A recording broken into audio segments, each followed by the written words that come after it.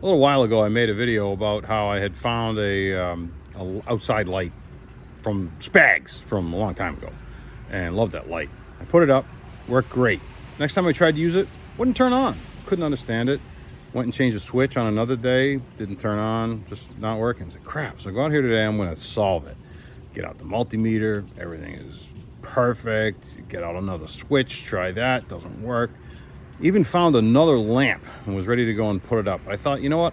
In order to do that, I have to remove that one. So I go up and I take a look at it. And as I get this thing unscrewed, I notice there's a little transparent window on the top of the lamp. Turns out there's an eyeball, and the eyeball is looking for light. So as a test, I energized it, put my finger over that, and it came on. So I think things are okay, but I feel like somewhat of an idiot.